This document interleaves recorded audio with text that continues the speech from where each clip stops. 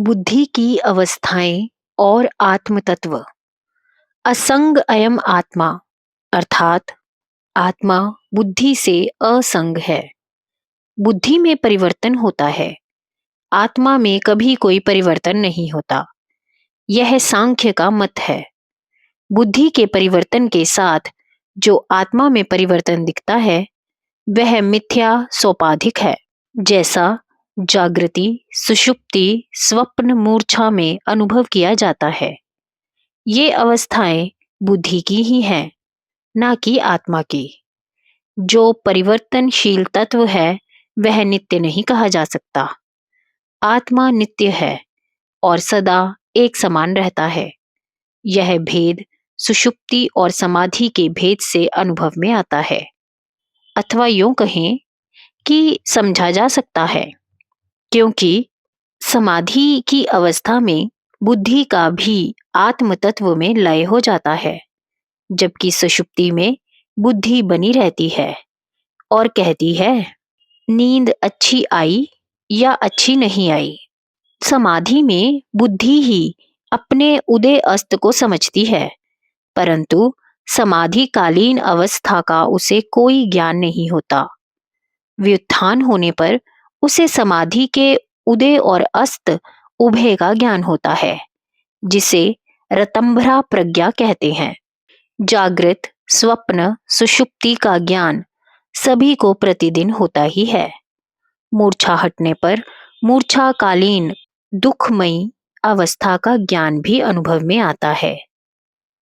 बुद्धि तत्व क्या है और वह कहाँ से उत्पन्न होती है, यह विषय विचारणीय है। आत्मा चेतन अर्थात ज्ञान स्वरूप है। ज्ञान से बाह्य ज्ञेय वस्तुओं के जानने को हम ज्ञान कहते हैं, जिसमें ज्ञाता, ज्ञान और ज्ञेय की त्रिपुटी बनी रहती है और जो बुद्धि का धर्म माना जाता है।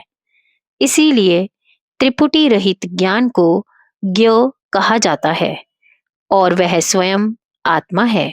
निद्रा में निद्रावस्था को ज्ञेय समझना चाहिए। मूर्छा में मूर्छा अवस्था की दुखमय डराने वाली स्थिति ज्ञेय है। ध्यानावस्था में भी अहम की वृत्ति बनी रहती है, इसीलिए वह आत्मज्ञान रूपी ध्येय ज्ञेय होता है। जब समाधि में बुद्धि के साथ त्रिपुटी भी आत्मा में विलीन हो जाती है, तब ज्ञह स्वरूप आत्म तत्व रह जाता है। उस ज्ञह से बुद्धि का व्युत्थान होने पर त्रिपुटी का व्युत्थान होता है। प्रश्नों उपनिषद की इस श्रुति में कहा गया है कि बाह्य ज्ञान, ध्यान के मध्य के ज्ञान और निद्रा आदि के अभ्यंतर ज्ञान में ज्ञह कंपित नहीं होता, अर्थात त्रिपुटी युक्त बुद्धि का उदय, मध्य और अस्त होना उसके कंपित होने से होता है।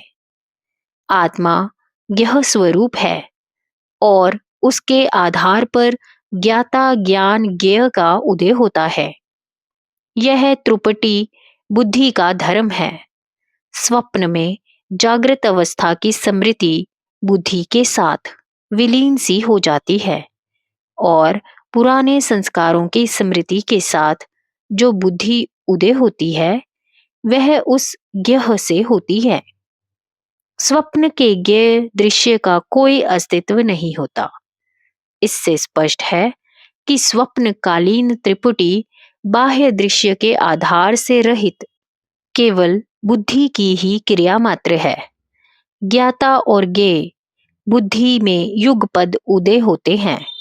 ज्ञेय दृश्य का मूर्तिमान होकर दिखना और उसका ज्ञान सब उस नवीन बुद्धि के ही अंग हैं। बुद्धि के अतिरिक्त वहां और कुछ भी नहीं।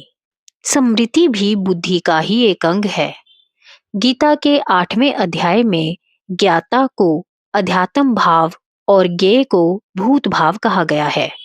स्वप्न में जो क्रिया जीव के ज्ञह में होती है, वही सृष्टि के आरंभ में ज्ञह स्वरूप अक्षर परम ब्रह्मा से उदित महत में समझनी चाहिए। इसीलिए महत तत्व को समष्ट बुद्धि कहा जाता है। मनुष्य की व्यष्टि बुद्धि समष्टि बुद्धि रूपी सिंधु का एक बिंदु है।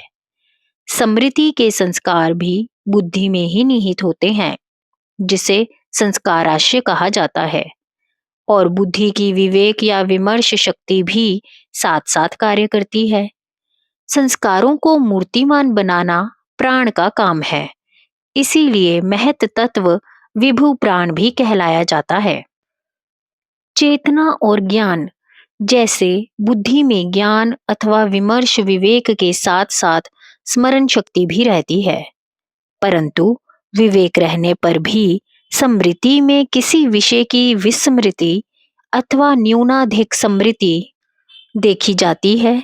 वैसे ही चेतना में विवेक बुद्धि की न्यून अधिकता अथवा अभाव देखा जाता है, जिसे बेहोशी कहा जाता है। चेतना में क्रिया शक्ति भी होती है, जो मन, इंद्रियों और देह को भी संचालित करती है। क्रिया प्राण का कार्य है और चेतना प्राणात्मिकता है। मरण के समय विगत प्राण होने पर चेतना नहीं रहती, मूर्छा में दोनों होते हैं। जागृत, स्वप्न, सुषुप्ति के साथ तुर्या समाधि सहित 4 अवस्थाएं मानी गई हैं। मूर्छा को स्वतंत्र अवस्था नहीं माना जाता, क्योंकि प्राण निकल जाने की संभावना होने से मूर्छा को मृत्यु का ही पूर्व रूप समझा जाता है। जय गुरुदेव।